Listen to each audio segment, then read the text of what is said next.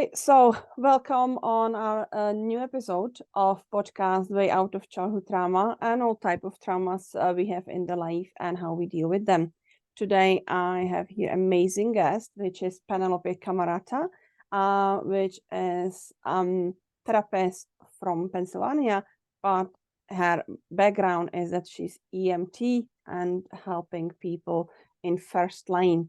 So I think that especially after COVID, we become even more appreciate people in the first line and what everything they have to endure and how it's affecting them. So welcome, Penelope, in our podcast. And tell me, how did you Thank get? you for having me. You must welcome. So tell us, how did you get to that you choose to be EMT and how it's affected like a life and your choices now? What are you doing? Um, I've been in and around the medical field, first responders, all my life. Um, my uncle was an EMT, and then he went into the sheriff's department.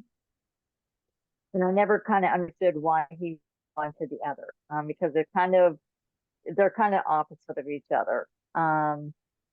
But I grew up with a brittle diabetic mom, so we always had diabetic emergencies happening at home. So I seen EMS a lot growing up, and my uncle actually had to take her on a life flight to a larger hospital during one of her diabetic emergencies. And after that, that's when he switched roles from EMS to law enforcement. And I never understood why he did that. And he was always very overprotective of his little sister. He was older than her, but he was very overprotective. And it never clicked with me why. Nobody ever really talked about it back in you know, I'm dating myself when I say the 80s growing up.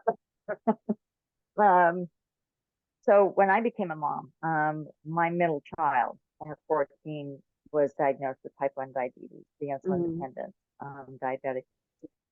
Every other generation knows. So dealing with it as a child, now I'm dealing with it as a mom of a child that's diabetic, had a whole new dynamic outlook on how I have to handle this, how I have to basically work around it, because it's not something that you can schedule in. It's not something that's like an occasional thing. This is a lifelong illness that changes dramatically a lot. She went through a lot of different things, even at 14, after she was first diagnosed. Within a year, she had to have eye surgery because she had cataracts on both eyes. And that's very rapid for a diabetic, especially a young child. So that was pretty severe.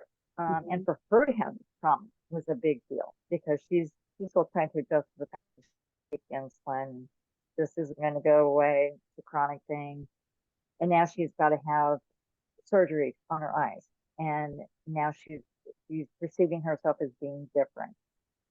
And the parent dynamic is different, because now I have to try to work with her through these pains that she's having, and try to be mom, but at the same time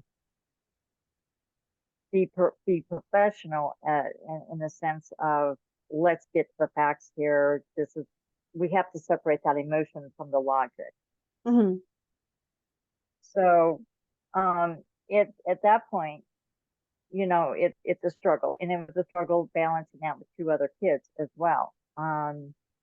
So it was a challenge in itself, but it was a learning experience, and it was a great learning experience, really, because I got to see it from a new perspective, and technology had kind of advanced at that point too. And then I ended up moving to Philadelphia. It's been 11 years, but now since I've moved to Philadelphia. And I was actually going to go into law enforcement as a Philly cop, and knew a great cop here in Philadelphia, and was all set to do that. And personal dynamics changed, everything kind of shifted, and ended up going into EMS instead. So it was kind of weird how I went from law enforcement, like my uncle, and now I'm going to EMS, like the same uncle, only backwards. So it was kind of different, Mm-hmm.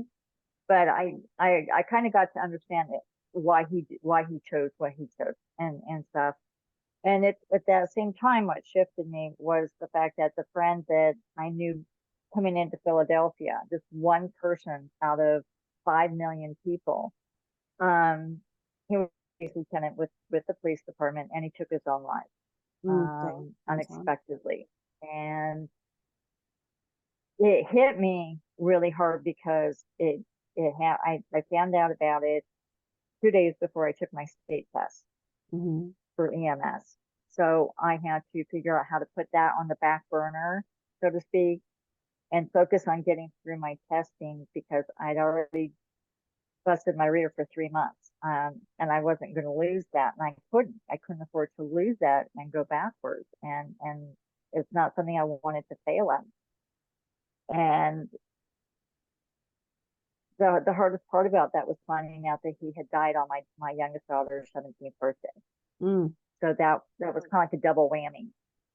And then getting into my EMS career, I was going full force. I was focusing on that, and I still had this little thing on this back burner over here, quietly eating away at me without me realizing it. Mm. And 3 years later, it hits me that I am now in a deep depression. I am having a hard time functioning. I don't want to be around people. I am turning into the exact opposite of what I normally am. Mm-hmm. And watching people just around me and hearing conversations, I started realizing that doing my own self-assessment that I'm spiraling down that drain, that Dante's hell of self-destruction. And Mm-hmm. it's a silence destruction. No one's asking me if I'm okay. There's no wellness checks, and there's no one's taking the time to notice there's something different or something has changed. Because we get so wrapped up in our own little worlds, we forget there's other people around. Mm-hmm. Even as first responders, we do that. So I started looking for ways to help myself, Mm-hmm. because I had seriously thought about taking my own life. I had spiraled down that far through my grief. But in that grief, I had found niches that were actually helpful, and I didn't realize it at the time. Art therapy was one. Mm-hmm. Blogging was another. I hate writing in a journal. I'm not very consistent with it, but a friend of mine suggested blogging about my tattoos on my arm that I Mm-hmm. had slowly been getting, and the purpose behind them because they're very significant. Each one had a story behind it that I didn't realize, but it Mm-hmm. was part of my grieving process. So I was using actually my tattoos as my art therapy. Mm-hmm. Um, and that was actually helping. It was getting to the next level, to the next day, to the next month, and but I was still down in that hole, Mm-hmm. and started looking for therapists or counselors, someone to talk to, and there is nothing out there for first responders. They they say that they work with anybody, but when you say you're a first responder, they first of all they don't know how to react. They don't know the questions asked. They're stumped on what's asked, and they basically treat a first responder or a veteran just like your person out on the street is having a loss of a spouse or something, and it's totally different. The mindset is different.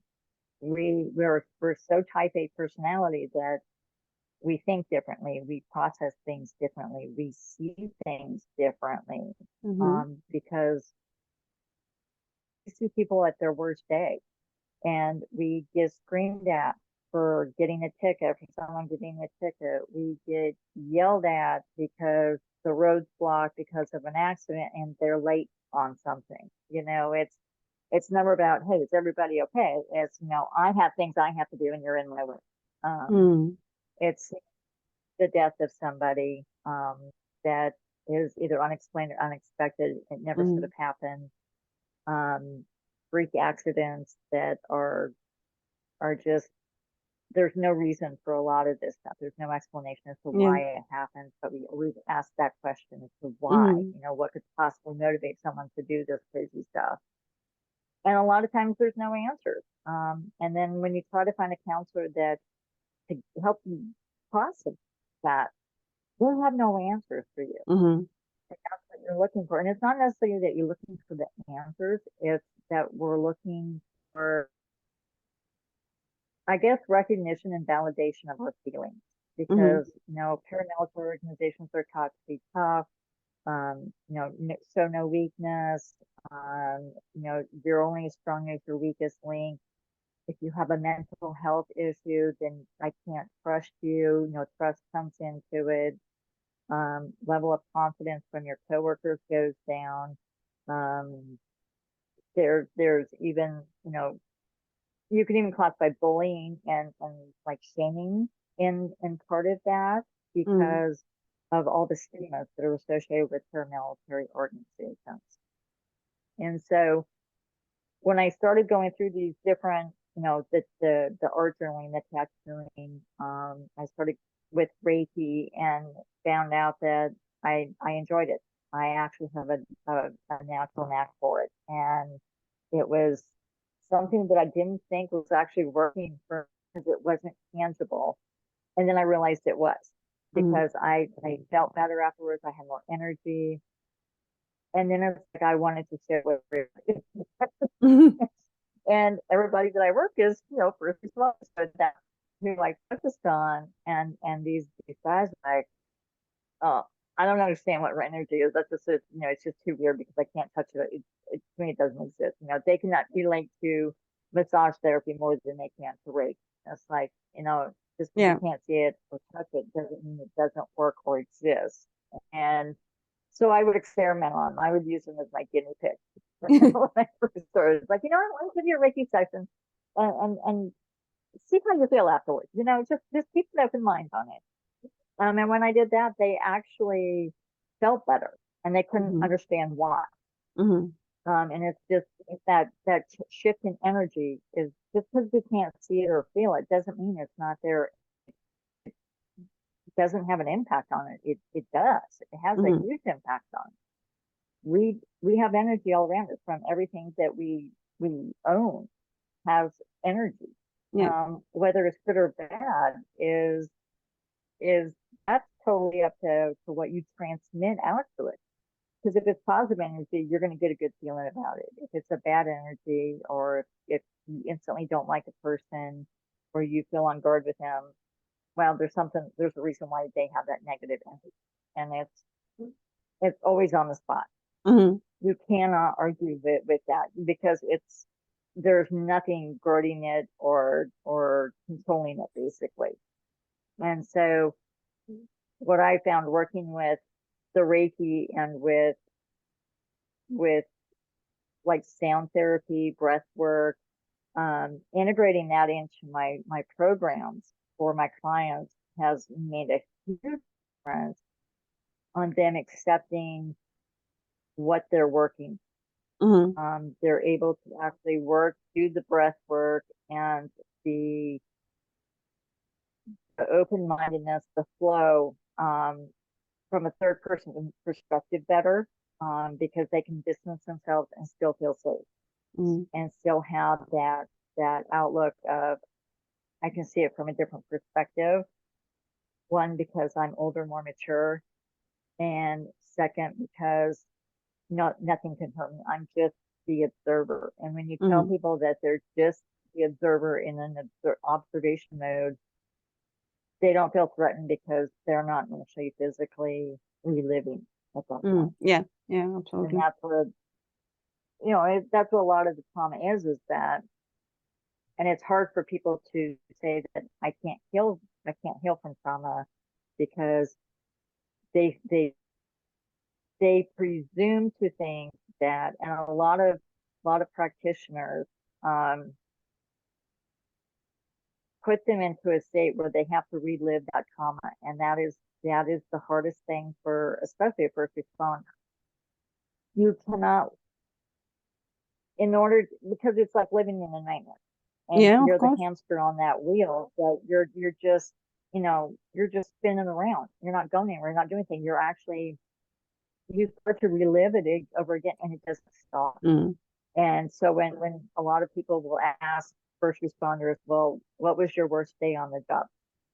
Don't say that to people. Don't say that to first responders. I swear that is like a comment that really should be outlawed because it sets off so much emotions.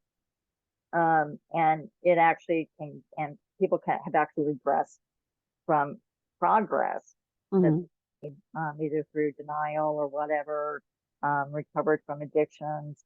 But people will get asked that question and they revert right back into that old negative way. And you just lost ground. Hopefully you haven't lost too much ground, but you have to regain it. So that makes it even more difficult. And then they're like, well, I don't want to try again because, all I do is I relive this, and they don't want to try me, and that's a big struggle, trying to get that trust back for them to go through it again, but to fix it this time. And that's what I help people do. That's really amazing. I'm really interesting listening to your story and how you're helping people. And it's, for me, it's very aligning with what how I am helping people, because I don't believe that we need to relive our trauma. We just need to recover from it. We just need to release that energy, release that old emotions, all that what we hold in. And I can understand like how first responders are so used to just hold it all in and just like it's going on them as the slate when people are acting as you described beautifully, like not what we would actually expect, like that they are helpful, but often they're even under attack. So that's great. So tell me, like, what do you see as this like most common, I would say, like manifestation, how you would see that people, how the people could recognize that they struggle? Like what do you would tell people, like what they should look for symptoms to recognize as somebody who is first responder or in military or that struggling, that they just kind of trying to cover it up? A lot of times, and I've actually done a couple of podcasts on this, of PTSD and understanding the complexities of it, what causes it, that we all have triggers. Behaviors change. Recognizing the signs is the hardest part. And it's not really the hardest part. That's actually easy. Because I've talked to law enforcement officers who had hobbies, was outgoing, had all these great friends, did a lot of things, was active out in the community, and suddenly they're losing interest in their hobbies. They haven't done like fly fishing or in like a long time. They can't remember the last time they made one. They know that when they come home, they plop in the armchair and in front of the TV and zone out is what they call it. They know that they have these. It's more like lapses of interest.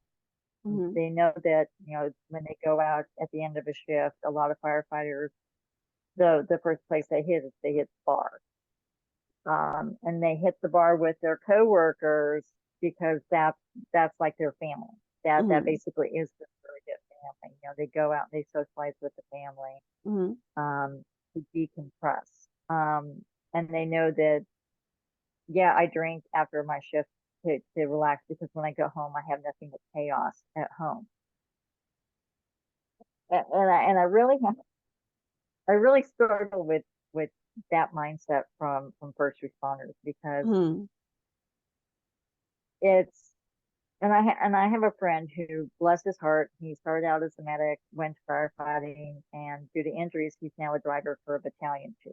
So he's like my classic example of someone that I totally disagree with on how he's dealing with with it Mm-hmm. is that he's a social drinker. He hangs out with his buddies after work. He hangs out with his buddies on his day off, and they drink. They go out and do things. Because when he comes home, he says it's nothing but a crap storm at home. You know, the Mm-hmm. wife is pissed off. The kids are doing their own thing. You know, the kids are old enough to where they don't need to be watched 24/7. Mm-hmm. But he comes home to a family dynamic of chaos, or what he considers chaos. Now, part of that is he dissociates himself from that by going to the basement and hiding. Or he does all the housework because the house is a total disaster when he's been off and on duty for 4 days straight. He he works 2 days and then he works 2 nights. And then Mm-hmm. sometimes he pulls a double in there. So when he comes home after 4 days, the house is in chaos. And he's got 4 days off. Well, he's the type of personality that he wants to keep like a messy place. Mm-hmm. So he goes on this cleaning spree, and then the entire time that he's cleaning, he's pissed off. So he goes out and drinks afterwards. So it's a vicious cycle of through there's chaos at home, but if if the family dynamic feels that they're not being integrated or involved in that first responder's life, there is going to be what seems like chaos because they don't know how to relate to this person. And granted, there's some spouses out there and significant others out there that are very non-supportive, and all they want is the paycheck Mm-hmm. coming in. But a lot of times, and I've gotten this from family members of that, you know, when they come home, they take off that uniform, but they're still a cop or they're still an EM. They're still in that zone. They can't turn it off, and we can't. We don't work a 9 to 5 job Monday through Friday or 5 days a week where we punch in and punch out and we can leave the stress at work and go home. And Mm-hmm. it doesn't work that way for first responders and military. We're on call pretty much 24/7. So we can't just flip that switch and think that the drive from work to home is going to decompress us with some relaxing music and we're good to go for the family dynamic thing and the busy schedules that are at home. It doesn't work like that. Mm-hmm. We have to have that solitude, but unfortunately that solitude can get us into a bind as well because we start to enjoy it too much. Yeah. And we don't Yeah. want to socialize outside of work. We don't want to hang out with the neighbors because they're annoying. We don't want to people anymore. Yeah. That's what I call it. Yeah. And it's frustrating because you lose that interest in your hobbies, your favorite weekend activities because you're on a rotating schedule or shift. Your body gets mixed up with all the different changes like that, and so therefore you mentally and emotionally you can't catch up. Mm-hmm. You're always playing that catch up game and you never catch up to what the physical demands are asking of you. Mm-hmm. And so what I found is that working with people and finding out their hobbies and their interests of what they like to do, what their interests are. I try to integrate something of that into their program Mm-hmm. that can be customized for them because that way it sparks the interest back into what they used to like to do. It's going to help them open up more and feel safe Mm-hmm. because it's always been a great activity. It's always been a relaxing activity. It's something that they can relate good memories to. Mm-hmm.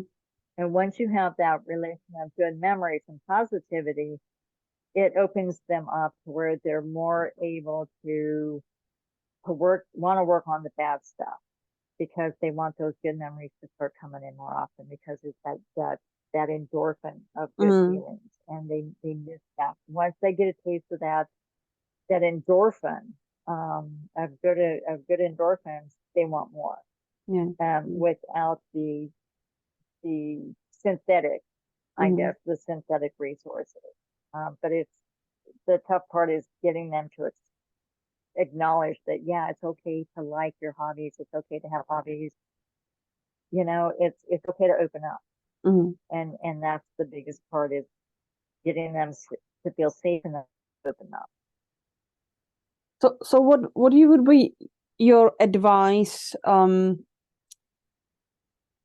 like, for example, families, like, like when, if their one of the members is in this first responder services, like how the family can better accommodate, or what is some useful advice you're giving your clients, like how to unload it, how to get it to the routine of keeping that mental health fine, and how the family can support them. One thing I've learned with family dynamics is they need their own support group. They need to be able to vent their frustrations out in a support group where they're not venting it out on their first responder family member. Because it may come, the intention may be that we're caring and that, they want to help and they want to listen, but the way they come across can be sometimes accusatory or argumentative or basically aggressive. We get enough of that on the job. We can't handle this. We want to switch off, and in order for us to be able to do that, sometimes it's easier to have the family members and the significant others have their own support group where they can learn those tricks of the trade. If dad's a cop, he's not going to want to listen to a bunch of loudsons when he comes home. Granted, the family doesn't have to walk on eggshells, but let him have his hour apiece, and maybe set up a schedule with that first responder of, okay, you know what, I know you've had a rough day. I know you don't, because they don't want to bring the job home with them. They don't want to talk about their bad days, which I can understand. Sometimes, though, you got to let them, and the first responder has to know too that letting them in on what kind of day you've had opens that communication of understanding too. Because shutting out the family members that are not first responders or military, and it's almost kind of like an identity thing, because they feel like they're not important and be included. Part of a relationship is, even in the marriage vows, it says for better or for worse. Okay, you don't want to share your worst day with me. Well, that's part of that marriage vow. That's part of standing by your partner. That's part of even if you're living with someone, that's part of that relationship. If 100%, let me carry that extra weight for you until you are 100%, so that we can do this together at 100%. It's not a 50-50 thing. Relationships never are. Even with your own children, it's not a 50-50 thing. It's 100% from both people, from everybody. If someone can't carry that load of 100%, and sometimes you need someone else to help you, let them. But it's a communication thing, where sometimes that it's a family counseling thing. If it involves the family dynamics of maybe sitting down with them and saying, okay, let's work out a plan of how do we communicate and work together cohesively without one person either feeling left out or one person feeling like they're being put through the interrogation room. But at the same time, they're given their space, because we need that after a long day. I know after a long 12-hour shift, I'm done peopling. I actually come home. I don't want to talk to anybody. I'm cranky. I'm irritated, and I just want some peace and quiet. Which is ironic, because you may have a peaceful day at work, but it's still mentally you need to decontrol and have that silence. One thing that I have suggested to for first responders is when they come home, go take a shower. Go take a hot shower, and imagine that shower washing away all that negativity from your job, from your day, from whatever. And imagine the water just washing it away and shoving it down that drain. Mm. And once you kind of mentally picture all the crap going down the drain, it may take about 20 minutes to feel better. And I've done it myself. I get stressed out, I get cranky, I snap at my roommate, I go take a shower, 20 minutes later, I'm in a better frame of mind because all that stress has washed down the drain, is how I picture it. And it's almost like it should be a requirement. You don't talk to people, first responders, for at least an hour when they get home. Let them go take a shower, chill out in the shower, let them lay down, get off their feet. They've probably been on their feet all day. And then say, hey, you know what? How was your day? Start off a general conversation, include them in activities. And that's also part of it is that, families shouldn't have to put their lives on hold for their first responder. Yeah, that's a lot of them don't. But a lot of them sometimes also have hard times including them back into those family dynamics of together group activities because they're so used to their family member being gone, they forget that, oh wow, it's your day off. I forgot, my bad.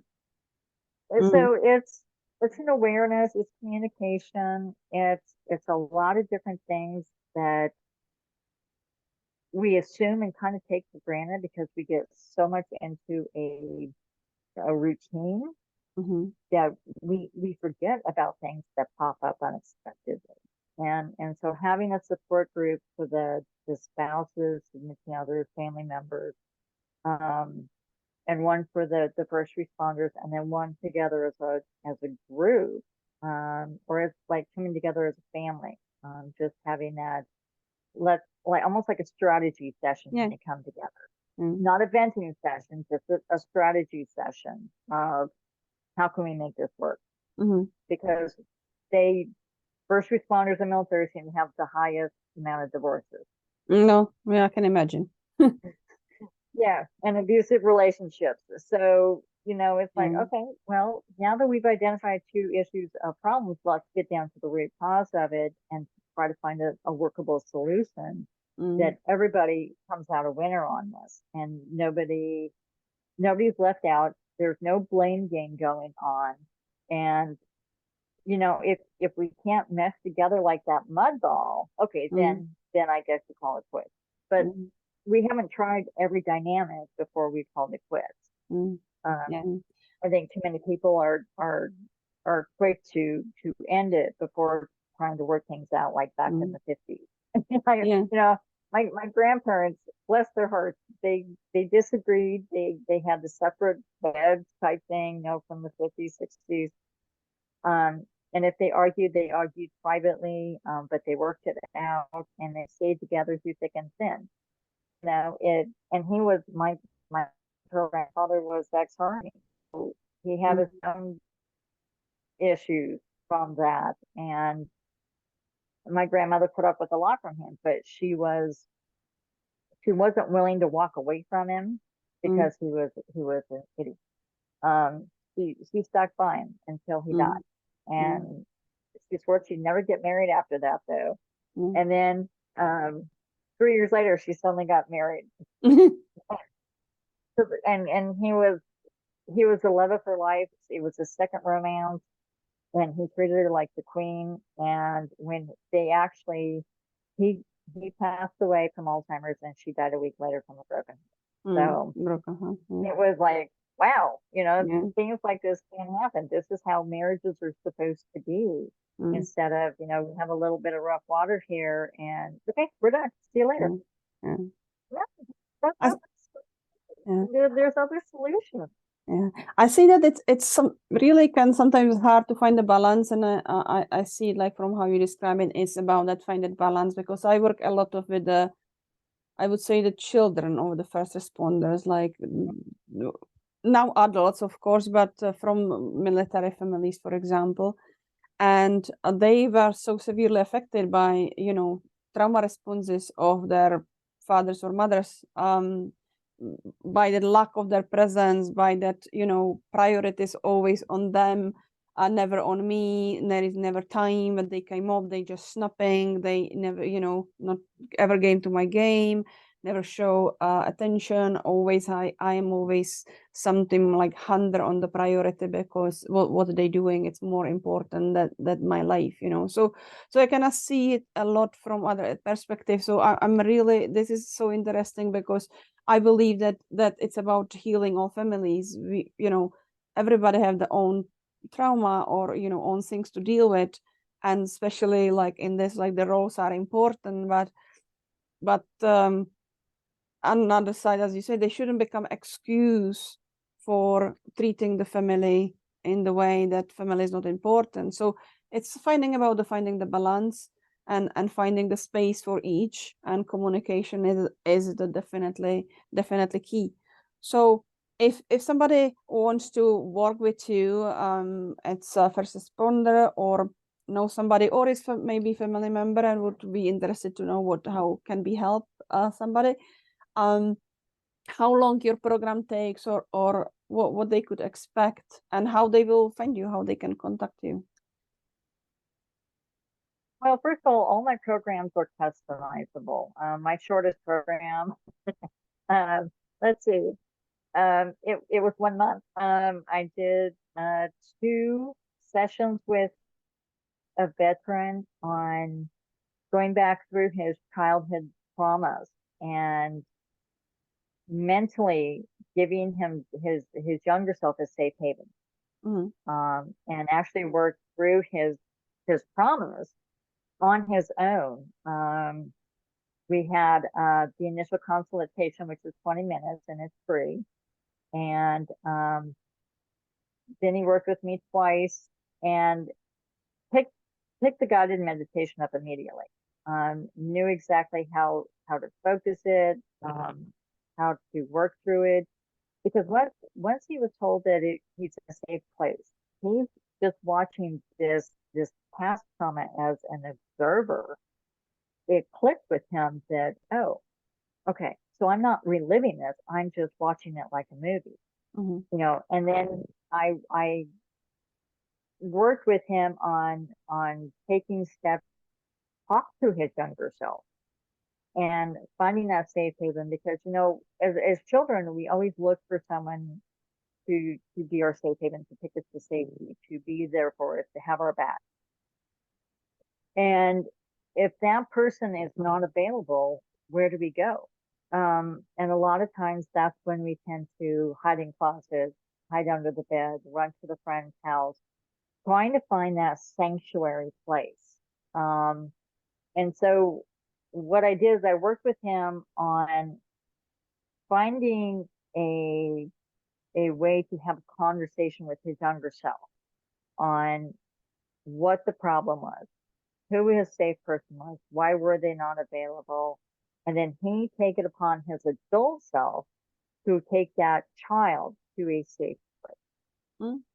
So he was kind of working, kind of like in a time warp of, I'm going to help at this point. And that's why he went into the military, was because of a lot of childhood trauma, because he never felt safe at home. And that's why a lot of children go into the military at a young age, is that they have a sucky childhood. And no one has a perfect childhood. I've noticed that. And if they say they do, that's their perception. But a lot of the military personnel are children who have been deeply traumatized, and they're trying to find a connection to something and stability. The military offers that. It's just that regimen of orders. You have breakfast at this time, you have PT at this time, you have inspection at this time. So it's a routine that's constant and consistent, because it may not have been something they ever had planned. And that's what they're looking for. But then when they become a civilian, they're lost again, because no one's telling them what to do. Yeah, exactly. They can't get out of that military mindset, but they don't understand how to integrate with regular people either, because all they've dealt with is parents telling them what to do, the military telling them what to do, and now they have to think on their own. Oh my God, what am I Yeah. doing? They're lost. They're totally lost. They have an identity crisis, Yeah. basically. So taking him back there, he actually worked through all of his childhood trauma clear up into his adulthood. And we had a follow-up at the end of the 30 days, and he was off and running, set to go. I worked with him on a couple of relationship things, and I honestly, he's doing good because I haven't heard. Yeah, that's the best best result, is it? It's been 2 years. So when I have a client, I when I work with clients, I don't want them long term. And the client has been 2 years. It actually took 2 years to finally get her to feel safe enough to go back to her, not her childhood trauma, but to an adult trauma that she faced that actually caused her anxiety, that caused her to lose her job as an EMT. So it took her 2 years to finally open up to me about that situation enough where I could kind of piece together what was going on. And this is talking to this woman once every 2 weeks, about 3 hours at a time. That's how long it took. Okay, so I was able to piece enough of the past of her issue without actually going into names or details. And I walked through a session, taking her back to that moment and watching it as an observer. We actually had to do it into 2 segments because she started getting a panic attack from it. And so we took about a 3-week break, and then we went back and we did it again. And this time she got through the whole thing. She was feeling a little anxious afterwards. And I gave her some thoughts and affirmations to ponder on, and music to listen to. And without realizing it, it had clicked with her enough that about a month or so later, she went back to Maine for a family visit, went through that town, didn't have a problem, was visiting with her family, and they actually had a conversation about that incident that her family knew nothing about. And then she realized that she had not only told them everything about this incident that had caused her so much trauma, but she was not having an anxiety attack from talking about it. And she was floored. Now I hear from her about once every other month, just as a check-in to see how she's doing. And I'm like, well, see, it took 2 years, but that was at her because of her anxiety and her stressors and the trust and a lot of things. So most of my programs are very short. I'm not like most therapists. I don't want to see patients for years. No, I'm same. My are also short. I believe that we're supposed to make them better, and be happy that they're leaving. Really? Like, yeah. So my programs are usually between Exactly. 3 months to 6. But like if somebody have like really severe symptoms, my longest one is a year, and that's Yeah. only because it's PTSD, and it's literally a 12-step program where each month on something new to get them to that point of saying, okay, I've actually worked through my PTSD, because that is a little bit more different, because not only are there more triggers, a lot of the triggers happen in adulthood and the issues happen in adulthood. So therefore, they have to process them, or they have to process less, but at the same time process more of what they haven't been processing. So you have to rewire their thinking. So that takes a little bit more in depth. But that is my longest program. But most of my programs are 30 days, because it's not to sound crap, but it's like a no-brainer. Once you find the root of the problem or the root of the issue, then it's easy to figure out how to fix it.